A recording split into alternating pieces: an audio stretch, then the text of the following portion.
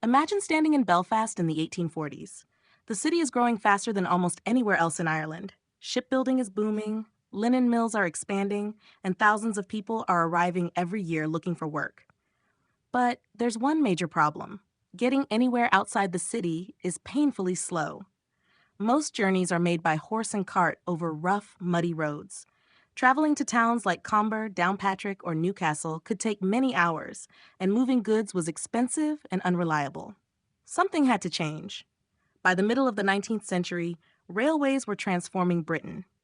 They could move people, livestock, and freight faster than anything the world had ever seen. Belfast's businessmen didn't want the city to be left behind. In 1846, Parliament approved the creation of what would become the Belfast and County Down Railway, often shortened to the BCDR. Its original aim was simple: connect Belfast with the rich farming lands of County Down and eventually reach the important market town of Downpatrick. Along the way, the railway would open entirely new opportunities for trade, business, and travel. Building a railway in the 1840s was no easy task. There were no excavators, bulldozers, or modern cranes. Almost every cutting, embankment, and drainage ditch was dug by hand. Thousands of laborers, often called Navvies, worked with little more than picks, shovels, wheelbarrows, and horse-drawn wagons.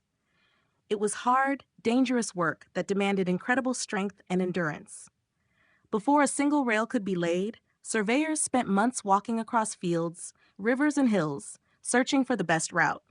The railway had to avoid steep gradients wherever possible because the steam locomotives of the day simply couldn't climb the slopes modern trains can handle. Where hills couldn't be avoided, huge cuttings were dug through solid ground. Where valleys stood in the way, enormous embankments were built, using thousands of tons of earth moved entirely by manpower and horses.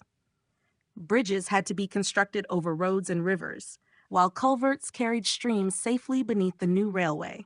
Every mile required careful planning. Once the earthworks were complete, gangs of workers began laying the permanent way. Heavy timber sleepers were positioned by hand before iron rails were fixed into place. Each rail had to be aligned perfectly. Even a small mistake could lead to rough running, or worse, derailments. Much of the stone used for bridges, stations, and other structures came from local quarries across County Down, while bricks were produced in large quantities for arches, chimneys, and station buildings. The railway wasn't just creating a transport route. It was creating jobs. Hundreds of local people found work supplying materials, transporting stone, producing timber, making bricks, and feeding the growing workforce. Entire communities benefited from the construction. Then came the stations. These weren't simply places where passengers waited for trains. Many became the center of village life. They handled parcels, livestock, coal, timber, milk, and agricultural produce. Farmers could now send their goods to Belfast in hours rather than days, opening completely new markets. Finally, after years of planning and construction, the first section of the railway was ready. On the 6th of August, 1850, the line from Belfast to Comber officially opened. For many people, this was their first experience of traveling by steam train. Journeys that once took hours over rough roads could now be completed in a fraction of the time. The success was immediate.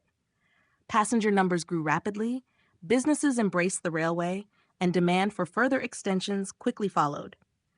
Few could have imagined that this first stretch of track would eventually grow into one of Ireland's most important railway systems, stretching across much of County Down and connecting communities that had never before been linked so efficiently.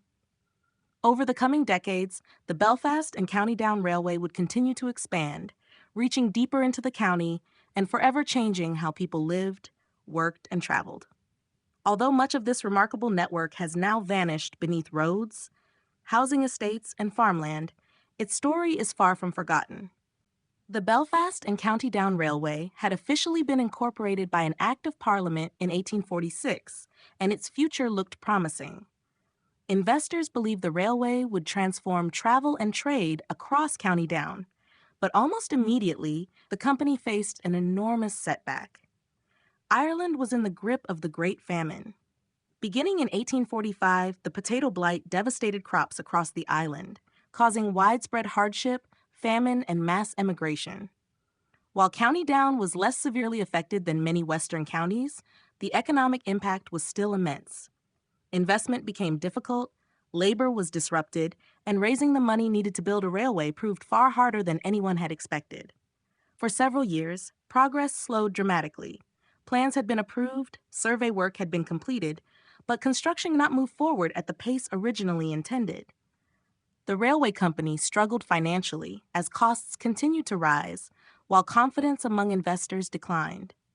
Eventually, conditions began to improve. Fresh investment allowed construction to gather pace once again, and hundreds of laborers returned to the line. Earthworks resumed, bridges took shape, stations rose from the countryside, and iron rails slowly stretched further across County Down. After years of delays and determination, the first section of the railway was finally ready. On the 6th of August 1850, the Belfast to Comber line officially opened to the public. Crowds gathered to witness the arrival of steam locomotives, many seeing a railway train for the very first time. Newspapers described the event as a significant step forward for both Belfast and County Down, marking the beginning of a new era in transport. Although passenger travel attracted plenty of attention, moving people was only one part of the railway's purpose. The railway was built first and foremost to support the economy. County Down was a largely agricultural county, producing grain, potatoes, cattle, sheep, dairy products, and other farm goods. Before the railway, getting these products to Belfast's markets was slow, expensive, and heavily dependent on the weather and the condition of the roads. The new railway changed everything. Farmers could now send fresh produce into Belfast in a matter of hours, rather than spending an entire day or longer traveling by horse and cart. Livestock could be transported more efficiently, while merchants gained quicker access to customers across the county. Coal was another vital cargo. Large quantities arrived into Belfast by sea before being distributed inland by rail. Communities that had once relied on difficult road transport could now receive regular deliveries of coal for homes, businesses, and industry throughout County Down. The railway also carried timber, building materials, parcels, mail, and manufactured goods. Every train represented commerce moving more quickly than ever before, helping Belfast continue its rapid growth as one of the leading industrial cities of the British Isles.